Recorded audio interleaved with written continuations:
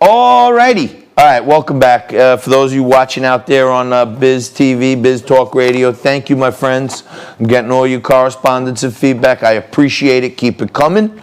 If you want a little extra entertainment on the commercials, you can always pop over to the Facebook at Johnny Tobacco. That's my Facebook page.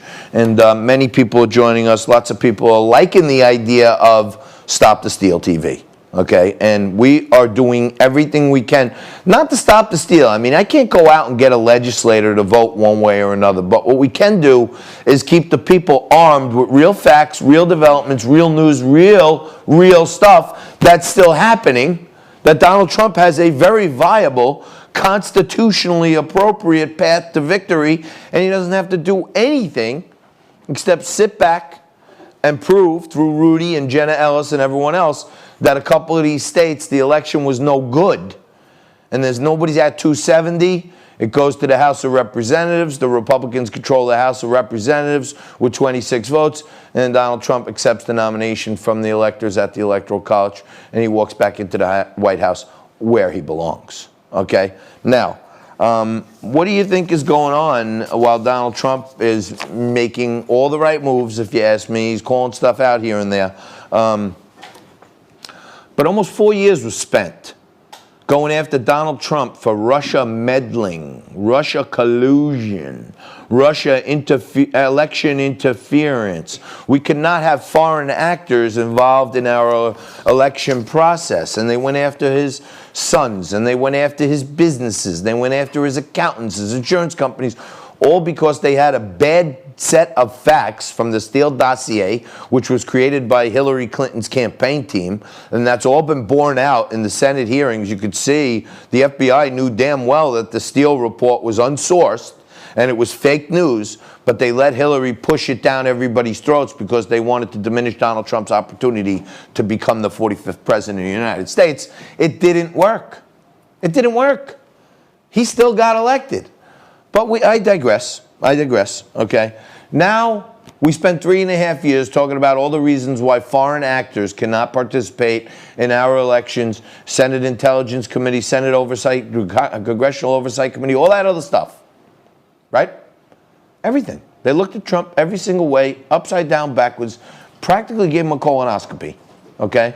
And now we find out that this very questionable company, Dominion, founded by Lord Mark Malloch Brown, right-hand man to George Soros, and a couple of Venezuelan guys who were part of a very terrible and ruthless regime in Venezuela. And they created this software specifically for Hugo Chavez to be able to flip the vote in his favor and no one be able to see it. So now we have a decorated military veteran, a colonel from the U.S., a guy who has every credential you'd ever want, and he takes the oath and talks about whether or not there was meddling from foreign countries in this election. We're talking about, it was Mr. Krebs? Is that correct? Correct. Okay. He stated the most secure election in history. He stated we're not connected to the internet. He stated no votes leave this country. This is all things he's stated publicly. So on the CISA website, correct? Right. So are you willing to say under oath that you have seen the connection to the internet? You have seen it go offshore to Germany, Frankfurt. Are these things that you have personally seen and can say that is not true? Our white hat hackers, yes, they have that traffic in the packets. So why would he make that kind of comment, do you think? Either not knowing, believing the myth, or not wanting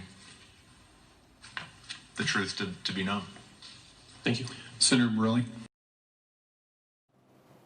That guy's a decorated military veteran, widely known, world-renowned, respected, under oath in front of the Arizona Senate hearing.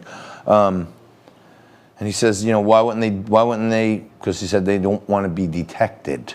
And, you know, Paul Sperry, we rely on his tweets a lot. Paul says, Biden stealing the election from Trump is far more plausible than Trump stealing the election from Hillary after his 2016 win. The DC media was with the Russian collusion hoax and didn't give a damn about evidence. We had a whistleblower who had secondhand information, and now with circumstances reversed, suddenly they openly do not care about proof. It's absolutely crazy what's happening. And finally, when you take what Fareed Zakaria was saying and you process that and you realize that we need 2 states to see enough evidence for their legislatures to seat the Trump electors. No one gets to 270, and then it gets thrown into the House of Representatives. And this is all constitutional, okay?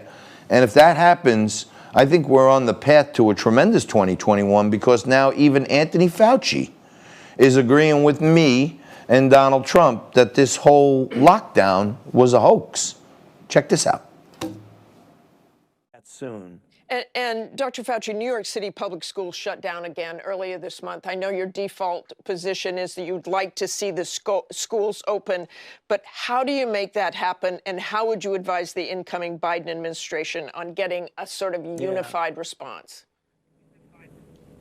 Well, you know, Martha, that's a good question. We get asked it all the time. You know, we say it not being facetiously as a soundbite or anything, but, you know, close the bars and keep the schools open is what we really say. Obviously, you don't have one size fits all, but as I said in the past, and as you accurately quoted me, the default position should be to try as best as possible within reason to keep the children in school or to get them back to school. The best way to ensure the safety of the children in school is to get the community level of spread low. So if you mitigate the things that you know are causing spread in a very, very profound way, in a robust way, if you bring that down, you will then indirectly and ultimately protect the children in the school, because the community level is determined how things go across the board. I think we're almost there. You know what I mean? A couple of state legislatures see the evidence, see the light, realize this was a fraudulent election. It gets thrown to the House. Donald Trump is reseated, and he's inaugurated as president. And even Anthony Fauci, who's flip-flopped a lot on masks, on 2 million people dying, and he's rejiggered his models. And he is on the patent application for the Moderna vaccine, which is strange. But he's saying we want kids to go back to school now, and guess why? Because for kids to go back to school, they need to be vaccinated. And Anthony Fauci, he's on the patent and one of the owners of Moderna. Strange, isn't it? We'll take a quick break. We'll kick off hour 2. Say goodbye to our friends on Biz Talk Radio. And the rest of you guys, stick right with us. We'll be back with more Stop the Steal right after this.